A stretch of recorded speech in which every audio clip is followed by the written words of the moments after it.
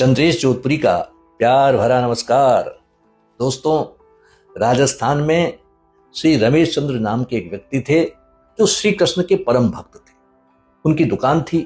रोज सुबह दुकान जाते, भगवान की तस्वीर की साफ सफाई करते, पूजा धूप अगरबत्ती करते और उसके बाद अपना काम शुरू करते। उनका एक बेटा था, वो भी अपनी पढ़ाई पूरी करके दुकान में साथ बैठने लग गया था, लेकिन उसको भगवान में विश्वास नहीं था।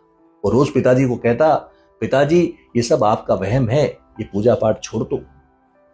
पिताजी उसकी बात सुनते जरूर थे, लेकिन उससे कभी तर्क वितर्क नहीं करते थे, क्योंकि वो जानते थे कि लड़का मेरा सीधा सरल है, सच्चा इंसान है, ईमानदार है और मेहनती है। कुछ समय बाद पिताजी बूढ़े होने लगे और उन्हें लगा कि अब मेरा जाने का समय आ गया है। उन्होंने बेटे को बुलाया और कहा कि बेटा, अब मुझे लगता है कि मैं जाने वाला हूं, लेकिन मेरी एक सीख याद रखेगा क्या? बेटे ने कहा, जरूर पिताजी, आप कहिए तो सही। पिताजी ने कहा कि मेरे जाने के बाद रोज नियम से श्री कृष्ण भगवान की तस्वीर की साफ सफाई जरूर करना, और कभी कोई मुसीबत आ जाए, विपत्ति में फंस जाए तो श्री कृष्ण भगवान से मदद जरूर मांगना।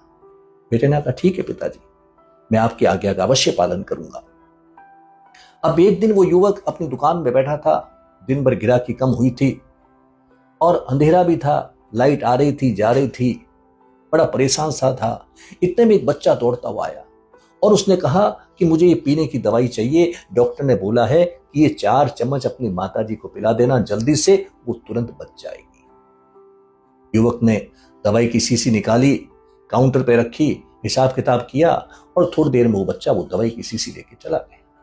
इतने में लाइट आई तो युवक के होश उड़ गए, क्योंकि टेबल पर चूहे मारने की जो दवाई रखी थी वो गायब थी। असल में कुछ देर पहले एक व्यक्ति चूहे मारने की दवाई वापस लौटा के गया था और उसने उसको टेबल पे ही रख दिया था कि जब लाइट आएगी तो सही जगह रख दूंगा, लेकिन वो बच्चा गलती से चूहे मारने की दवाई ले गया था। अब उस युवक के होश उड़ गए, लेकिन उसे तुरंत अपने पिताजी की सीख याद आई। वो भगवान की तस्वीर के आगे खड़ा हुआ हाथ जोड़कर और उसने कहा, हे प्रभु, आज उस बच्चे की मां को बचा लेना, आज उस बच्चे के हाथ से कहीं उसकी मां को जहर नहीं पीना पड़े। हे प्रभु, मेरी ये विनती स्वीकार कर लो। उसकी आंखों से आंसू बह रहे थे। इतने में एक आवाज आई, अरे भैया, मुझे माफ करना, जो मैं दवाई की शीशी ले गया था वो कीचड़ होने से मैं फिसल गया और वो शीशी नीचे गिरकर फूट गई। युवक की आंखों से खुशी के आंसू झरझर बहने लगे। वो बार बार भगवान की तस्वीर के आगे सामने देखने लगा। उनकी मनमोहक मुस्कान को देख करके मन मोहित हो गया। अब उसके मन में एक विश्वास जाग गया था, इस सृष्टि का रचयिता, इस सृष्टि का निर्माता कोई तो है, अब चाहे उसे खुदा कहें या भगवान।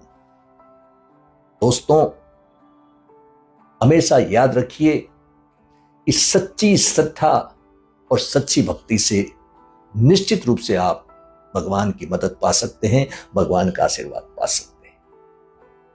उस युवक ने दवाई की शीशी नहीं निकाल के दी उस बच्चे को और वो बच्चा लेकर के चला गया। ये कहानी हमें सीख देती है कि अगर हम सच्चे मन से भगवान को याद करें तो वे अवश्य ही हमारी मदद करते हैं। जय मारवाड़, जय जोधपुर।